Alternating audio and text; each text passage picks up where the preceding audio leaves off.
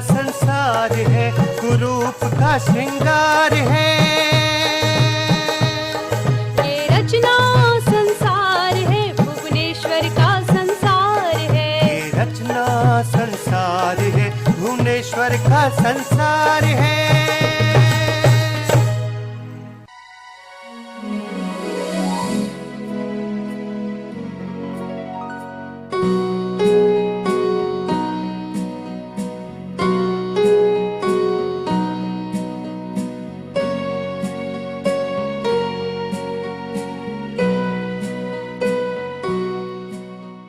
श्रोताओ नमस्कार। सॉफ्टवेयर योजना के अंतर्गत यह कार्यक्रम एक प्रणाम है सुविख्यात नाटक लेखक भुवनेश्वर प्रसाद को। भुवनेश्वर अपनी तरह के अकेले इंसान, परिवार से उपेक्षित, मित्रों में लोकप्रिय, स्वाभिमानी भी और सहज भी। उनकी प्रसिद्धि कई लोगों को रास नहीं आ रही थी। एक शीत युद्ध सा छेड़ रखा था उन लोगों ने भुवनेश्वर के खिलाफ। अब तो पत्र पत्रिकाएं लगातार उनकी उपेक्षा करने लगी थी। साहित्यिक आयोजनों और संगोष्ठियों से वो लगभग बहिष्कृत कर दिए गए थे। आर्थिक दशा बिगड़ना स्वाभाविक ही था। विपन्नता के कारण पूरी तरह से अपने मित्रों पर आश्रित थे भुवनेश्वर। जो थोड़ी बहुत आमदनी पत्र पत्रिकाओं के जरिए हो जाती, वो भी अब बंद हो चुकी थी। उनके समकालीन मोहम्मद हुसैन ने एक लेख में भुवनेश्वर की उस स्थिति का जिक्र भी किया है। हॉस्टल में रहने वाले तालिब इल्म या कोई अदब से ताल्लुक रखने वाले और गैर शादीशुदा दोस्त या सहाफी या फिर एमएलए हॉस्टल का कोई कमरा या ऐसी इमारतें और डाक बंगले या फिर मेहमान खाने जो कभी कभी खुलते हैं और आम तौर पर खाली रहते हैं, अक्सर भुवनेश्वर के रहने के ठिकाने बन गए थे। और इनमें से अगर कोई सूरत न हो तो भुवनेश्वर रात को रेलवे स्टेशन पर खड़ी गाड़ियों के फर्स्ट क्लास के डिब्बे में आराम से सो जाते थे। वहीं हाथ मुंह धोते और जरूरियात से फारिग होते। बड़ी मुफलिसी की जिंदगी जी रहे थे भुवनेश्वर। जिंदगी की इन्हीं विपन्न स्थितियों को भोगते हुए नवंबर 1941 में भुवनेश्वर का एक और नाटक रोशनी और आग विश्ववाणी में प्रकाशित हुआ। 1942 में कठपुतलियां छपा। संभवतः 1943-44 में भुवनेश्वर की कोई भी रचना प्रकाशित नहीं हो पाई। भुवनेश्वर के मित्र कृष्ण नारायण कक्कड़ के अनुसार, भुवनेश्वर से मेरा परिचय संभवतः 1945 में हुआ, जब मैं बीए का छात्र था। मेरा परिचय सुरेश अवस्थी ने कराया था। उन्होंने कई वर्ष पढ़ाई छोड़े रहने के बाद विश्वविद्यालय में प्रवेश किया था और मेरे सहपाठी थे। भाई सुरेश आकाशवाणी लखनऊ के ग्रामीण विभाग में काम करते थे और हुसैनगंज मोहल्ले के एक पुराने मकान की दूसरी मंजिल पर रहते थे। उनका घर हर तरह से साहित्यकारों का पनाहगाह था। वहीं भुवनेश्वर से मेरा परिचय हुआ। 1945 में भुवनेश्वर का एकांकी फोटोग्राफर के सामने प्रकाशित हुआ। उन दिनों भुवनेश्वर लखनऊ में ही थे। 1946 के प्रारंभ में भुवनेश्वर कुछ दिनों बनारस में श्रीपत राय के साथ रहे। बाद में उन्हें सूचना मिली कि उनके पिता शाहजहांपुर में गंभीर रूप से अस्वस्थ हैं। सूचना मिलने पर भुवनेश्वर तुरंत वापस शाहजहांपुर लौटे। मार्च 1946 में पिता ओंकार बख्श की मृत्यु हो गई। भुवनेश्वर ने उनका अंतिम संस्कार किया। पिता की मृत्यु के बाद तो भुवनेश्वर का घर से बिल्कुल नाता टूट सा गया। कभी आए भी तो बस थोड़ी देर के लिए, फिर दोस्तों के यहां चले गए।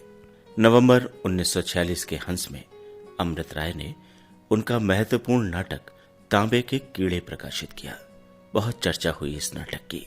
1947-48 में भुवनेश्वर ने इतिहास के केंचुल इस नाम से एकांकी लिखा। इसी समय उनका किसी बात पर सुरेश अवस्थी से मतभेद हो गया। उन्होंने अवस्थी जी का साथ छोड़ दिया और कृष्ण नारायण कक्कड़ के पास महमूदाबाद हॉस्टल आ गए। वहां 6-7 महीने रहे। उसके बाद फिर कुछ स्थितियां बनी कि सुरेश अवस्थी के यहां लौट गए। उस समय भुवनेश्वर ने 3 नाटक लिखे थे, आजादी की नींद और जेरूसलम को। इन दोनों का प्रकाशन रक्ताब के जनवरी 1948 के अंक में हुआ, जबकि मार्च 1948 में शाहजहांपुर के एक साप्ताहिक में भुवनेश्वर का लिखा नाटक सिकंदर छपा। कृष्ण नारायण कक्कड़ के अनुसार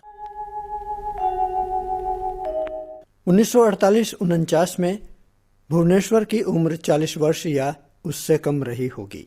उन्होंने शादी का फैसला किया। मुझे अक्सर भुवनेश्वर अपने प्रेम के किस्से बताते थे।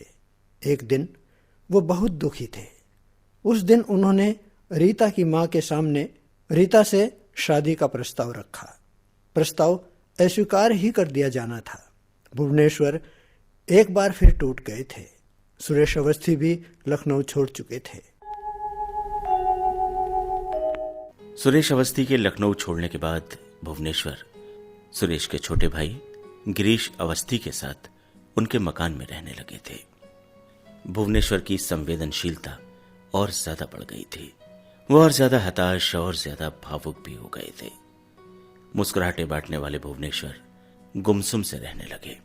सबसे मिलना जुलना भी उन्होंने बंद ही कर दिया था। खुद को अपने ही आप में समेट लिया था भुवनेश्वर ने। लिखना पढ़ना भी कम ही हो गया। धीरे धीरे लखनऊ से उनका मन उचाट खा गया। 1949-50 में भुवनेश्वर ने लखनऊ छोड़ भी दिया। कुछ दिनों यूं ही भटकते, कभी एक शहर जाते तो कभी दूसरे शहर। यही क्रम चलता रहा। एक शहर से दूसरे शहर भटकने के बाद भुवनेश्वर इलाहाबाद चले गए। इसकी पुष्टि उपेंद्रनाथ अश्क ने अपने घर पर होने वाली रंगे राघव के सम्मानार्थ गोष्ठी में भुवनेश्वर की उपस्थिति के साथ की है। 1950 में फिर भुवनेश्वर कुछ महीनों के लिए शाहजहांपुर आए और गिरजा किशोर मिश्र के कहने पर मानसरोवर होटल में एक कमरे में रहने लगे। गिरजा जी रोहेला साप्ताहिक अखबार निकालते थे। जब कभी भी मन होता भुवनेश्वर इस साप्ताहिक अखबार के लिए कुछ लिख दिया करते। 1950 में उन्होंने 3 नाटक अकबर, चंगेज खां और सीकों की गाड़ी लिखे। उनके सभी नाटक समस्या प्रधान सामाजिक नाटक होते। ऐतिहासिक नाटकों में राष्ट्रीयता के स्वर भुवनेश्वर की पहचान थी। उनके समस्या प्रधान नाटकों की फहरिस्त में प्रमुख है नाटक आदमखोर। आज हम आपको भुवनेश्वर का लिखा यही नाटक सुनवा रहे हैं, आदमखोर। पहले प्रस्तुत है इस नाटक का कथासार।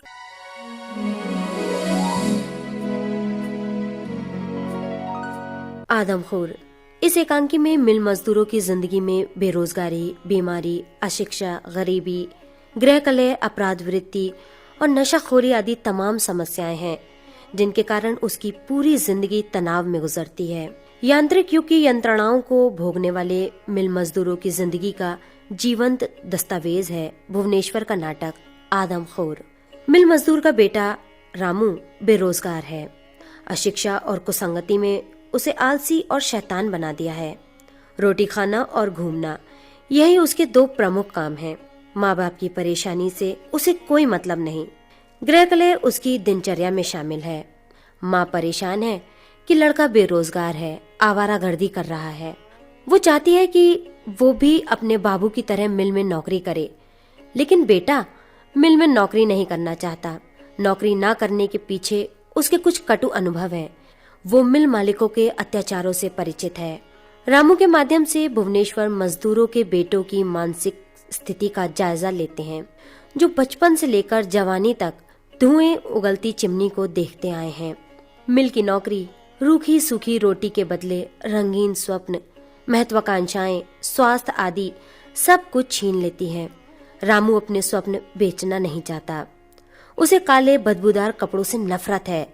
उसे लगता है कि हम सब मिल की आंतों में रह रहे हैं।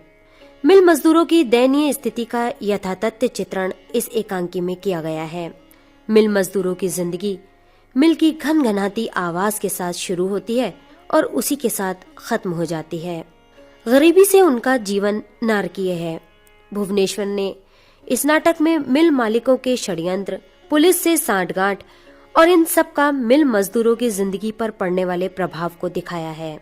मिल मजदूर किस प्रकार दुर्घटनाग्रस्त हो जाने पर अपाहिज की बेबस जिंदगी जीने पर मजबूर हैं, या मिल के प्रदूषण से बीमार मजदूर किस तरह अपनी जिंदगी के बाकी दिन काटते हैं, ये दिखाने का प्रयास किया है। रामू की माँ, रामू के पिता सब अपनी अपनी जगह विवश हैं। रामू की माँ मजदूरों की जिंदगी से असंतुष्ट होते हुए भी चाहती है कि रामू मिल में नौकरी कर ले। रामू का पिता अनुभवी व्यक्ति है, वो मिल मजदूर की जिंदगी को आत्मसात कर चुका है। रामू मिल मजदूरों की जिंदगी और नौकरी से असंतुष्ट है, लेकिन नाटक के अंत तक वो भी मिल में नौकरी करने को बाध्य दिखाया जाता है। इस नाटक से भुवनेश्वर ने मजदूरों की समस्याओं के मूल में आर्थिक कारणों को ही माना है।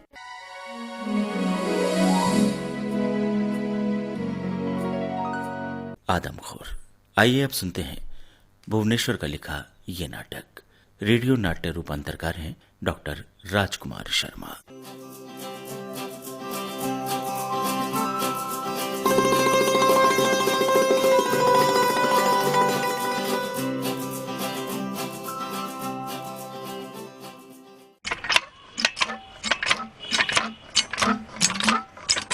जीजी, जे नल ना होता तो चौराहे के म्यूनिसिपैलिटी के नल से पानी भर के लाना पड़ता। जे तो कहो कि आप जे का बात आपने कही, हम का कोई गैर हैं? हम आप एक दूसरे के काम ना आवेंगे तो काम कैसे चलेगा भला? ठीक है। अब देखो ना, हैं तो मिल के जमादार, लेकिन क्वार्टर इतना छोटा कि गर्मी के मारे उबल उबल जाओ। कहाँ चौका बासन करो, कहाँ खाना बनाओ, और कहाँ गाय बांधो, कहाँ पिंडोल रखो।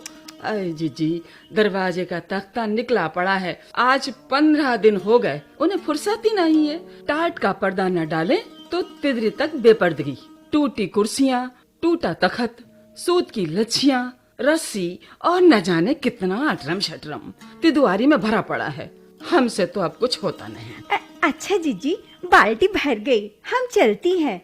जीजी, दरवाजे पर कोई लड़का। अरे रजन, तुम हुआ बाहर क्यों खड़े हो?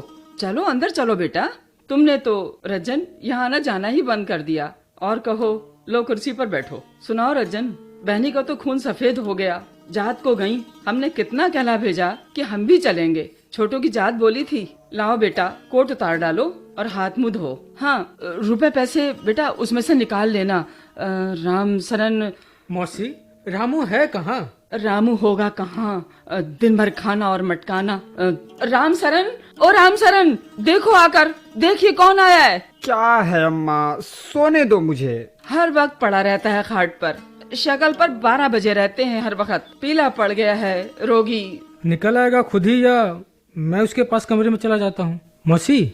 रजन, मेरी जिंदगी तलक हो गई है इस लौंडे के पीछे।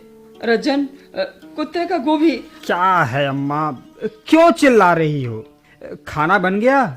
मुझे काम से जाना है, अभी जल्दी। खाना जरूर, बैठी हूँ महाराज के 84 प्रकार के भोजन लिए। निकल कर देख बाहर कौन आया है। अब आया है, जरा इसकी हालत तो देखो। ये क्या, मरे घड़ी खोल डाली तूने? नई घड़ी? हाय राम, दुनिया भर को हैजा प्लेग लगता है, इसका माथा भी नहीं दुखता। देखो तो 18 का हो गया, लेकिन लिपट ऐसे रहा है कि जैसे दूध पीता बच्चा हो। ओ अम्मा, अम्मा रोटी दे दे अम्मा। अरे मुए, देख तो रज्जन आया है। अरे अरे यार रज्जन तुम कहाँ थे?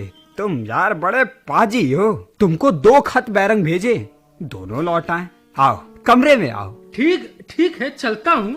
घसीट क्यों रहे हो यार? क्या तुम भी बुढ़िया की बातें सुन रहे हो? यहाँ आओ। रुका रहे, असिल का है तो रुका रहे।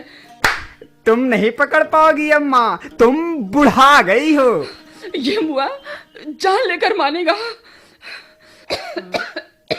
मौसा क्या बजे आते हैं?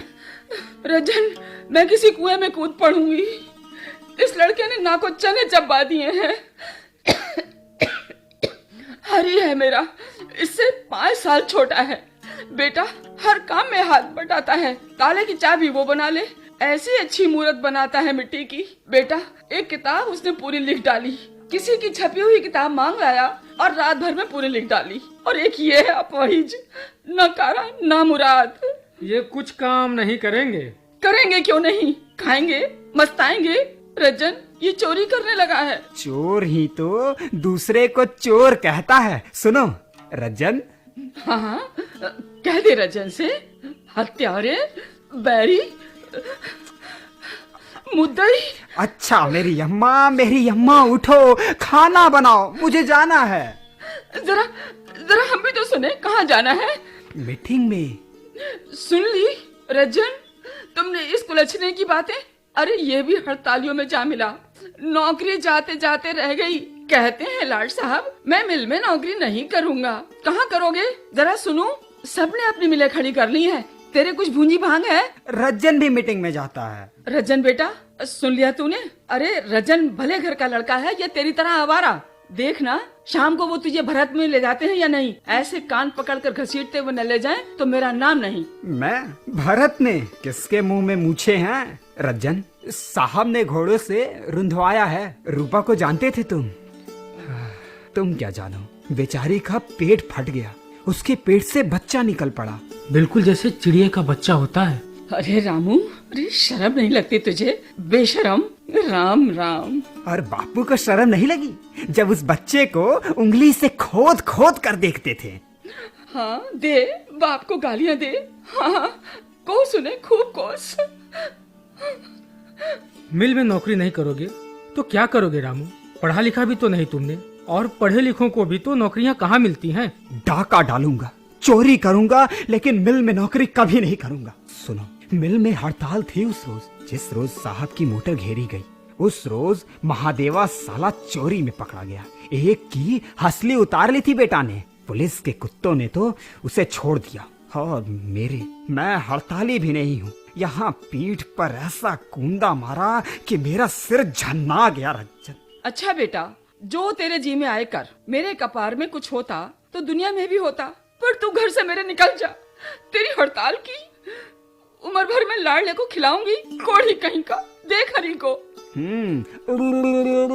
देख हरी को। घड़मुहा साहब के घर जूठन चाटा करता है। तो तेरा मुहन भोग कौन मांगने जाता है? तू खाना अपने नियामत, पर मैं तुम्हारे हाथ जोड़ती हूँ, तुम मेरी आंखों के सामने से बिला जाओ। सुनो रामू, यह सब बातें बड़ी पेचदार हैं, इन्हें तुम अभी नहीं समझ पाओगे। मैं मानता हूँ कि मिल वालों की हालत खराब है, पर तुम्हारी लड़ाई तो हम लड़ते हैं। तुम लड़े तो लड़ाई से पहले ही भूख से मर जाओगे। अरे वाह रज्जन, तुम तो लेक्चर दे लेते हो यार। अरे वाह वाह रज्जन, यार रज्जन लेक्चर देना मुझे भी सिखा दो। रज्जन वाह वाह वाह। अरे अरे अरे अरे तू गला तो छोड़। अरे अरे छोड़ कमबख्त, मार डालेगा क्या? रामू तुम बड़े वो हो, मिल में काम नहीं करोगे।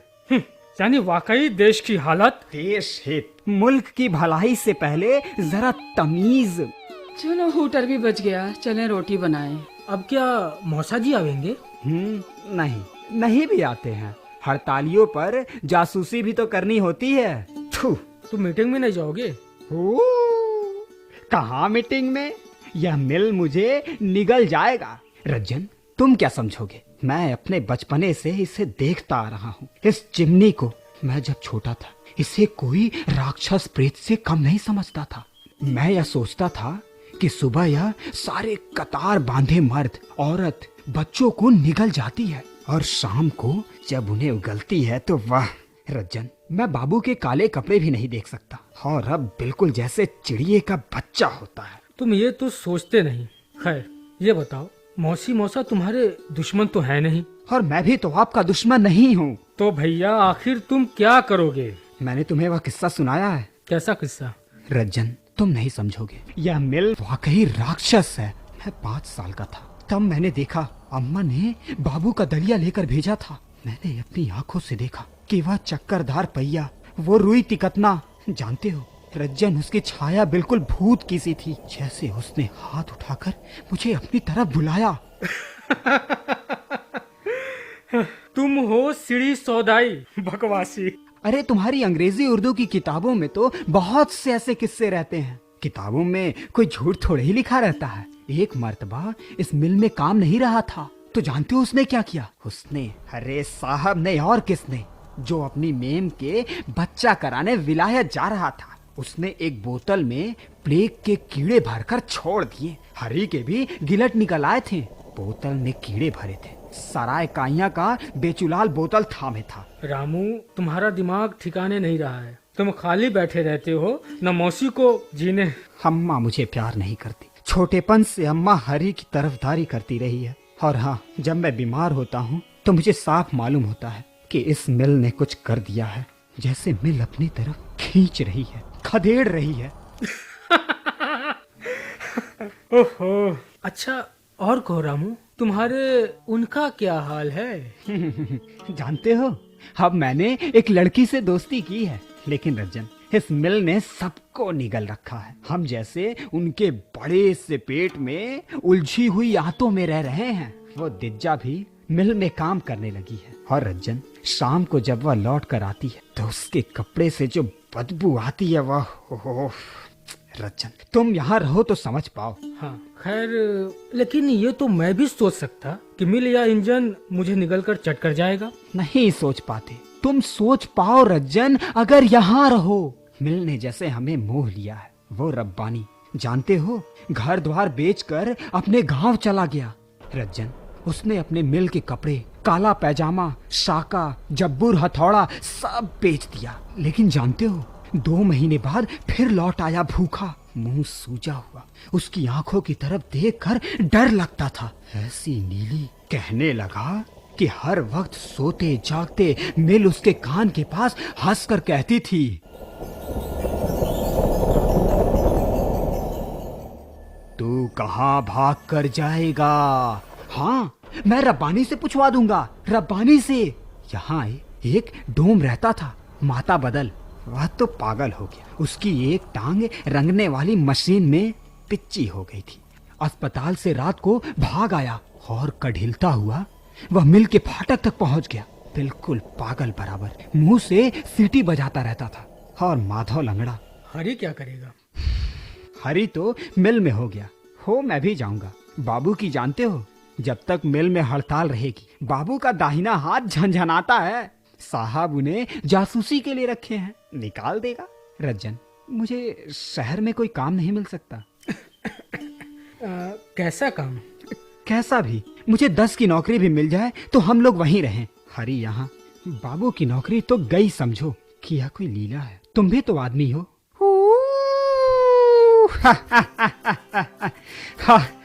अरे लहंगा तेरा घूम घुमौआ, लहंगा तेरा, चोरी तेरी तंग, चोली तेरी तंग। अरे चुप कर, नालायक, नामुराद, कमबख्त। रामू, मेरा ईश्वर जानता है, मैं तेरे ऊपर जान दे दूंगी। किसी को जीने देगा या नहीं? रुक, भाग के जाता कहाँ है? तुझे बेलन से ही सही करती हूँ। अरे मौसी, मौसा आ गए। क्या बात है? ओहो, रज्जन है। कहो भाई, कैसे उमड़ आए? अरे ओ लोमड़ी, अरे रामू, तुझे तो मैंने मिलाने को कहा था। छोटू, आ मेरी पीठ पर आजा। सुनती हो छोटू की माँ, आज एक जैनी खाली हुई है, भेजती हो अपने लाडले को? अरे आ बेटा रामू, मेरे पास आ। कल से तू भी अपने बाबू के साथ मिल में नौकरी। रज्जन, आ कमरे में आ, मेरी घड़ी तो खुली पड़ी है।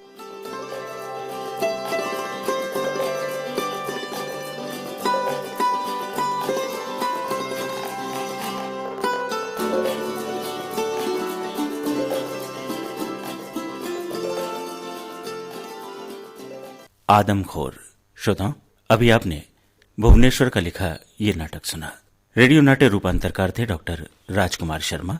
प्रतिभागी कलाकारों का भूमिका सहित परिचय इस प्रकार है। मां की भूमिका में थी माधुरी रस्तोगी, रामू सन्नी सिंह, रज्जन राधेश्याम गुप्ता, स्त्री इंदु सिंह और जमींदार युवक की भूमिका में थे अंकुर सक्सेना।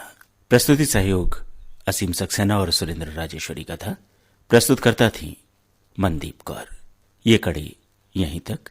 अगली कड़ी में फिर हाजिर होंगे भुवनेश्वर के लिखे एक और नाटक के साथ। तब तक के लिए नमस्कार।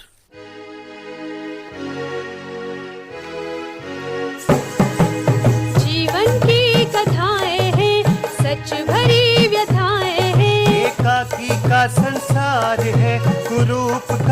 श्रृंगार है। ये रचना संसार है, भुवनेश्वर का संसार है। ये रचना संसार है, भुवनेश्वर का संसार है।